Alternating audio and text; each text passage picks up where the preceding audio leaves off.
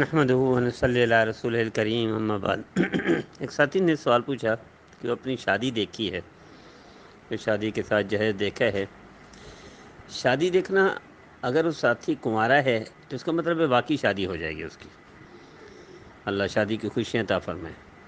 اور شادی میں پھر اگر دلہن لاتا ہے تو اس کا مطلب ہے اللہ اس کو مالی نعمتوں سے نوازیں گے، امیر کبیر ہو جائے گا۔ لیکن دلہن نہیں لاتا تو یہ نقصان ہے، اس پر صدقہ کر دینا چاہیے، توبہ استغفار کرنا چاہیے، اللہ کی طرف رجوع کرنا چاہیے۔ اللہ اس کو نقصان سے بچائے، پریشانی سے بچائے، دکھ درد سے محفوظ فرمائے، خوشیاں عطا فرمائے، سعادت عطا فرمائے، برکت عطا فرمائے۔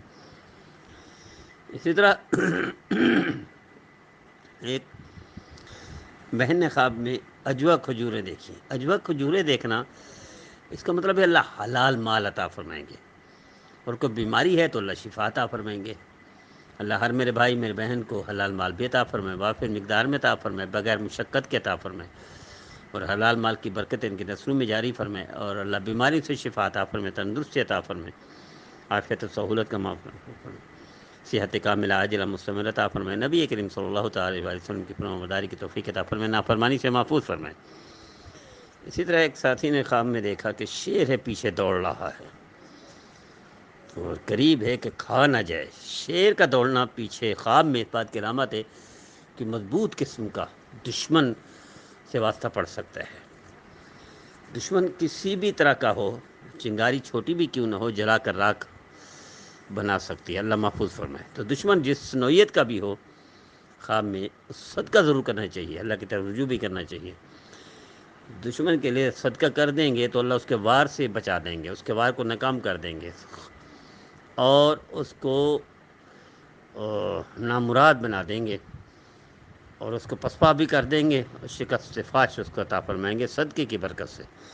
اللہ ہر میرے بھائی میرے بہن کو دشمنوں سے محفوظ فرمائے، حاسدین سے محفوظ فرمائے، برے لوگوں سے محفوظ فرمائے، شیطان سے محفوظ فرمائے، شریر لوگوں سے محفوظ فرمائے، بد نظروں کی نظر بد سے بھی اللہ ہر ایک میرے بھائی میرے بہن کو حفاظت میں رکھے، اور قبولیت تام و عامہ نصیب فرمائے۔ اللہ اپنا خاص قرب اور تعلق نصیب فرمائے، نبی کریم صلی اللہ علیہ وسلم کی 100% فرمانبرداری کی توفیق عطا فرمائے، نافرمانی سے محفوظ فرمائے۔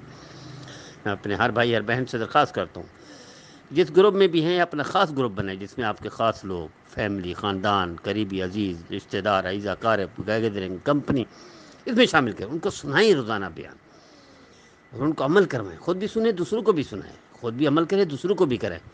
یہی مقصد ہے ہمارا، اصلاح مقصود ہے، تربیت مقصود ہے، اچھائی مقصود ہے، بھلائی مقصود ہے، معاشرہ رول ماڈل بن جائے، نمونہ بن جائے، اور انفرادی و اجتماعی اصلاح ہو جائے، یہی مقصد ہے۔ اسی اصلاح میں، اس تربیت میں آئیے، کردار ادا کیجیے، اس کو خوب پھیلائیے۔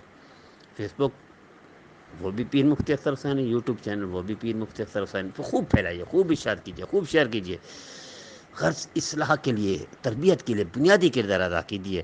اللہ آپ کی نسلوں میں خیر و برکت کے چشمے جاری فرمائے، اور اپنے خاص مقرب بندوں میں شامل فرمائے، باطن کا نور عطا فرمائے، نسبت کا نور عطا فرمائے۔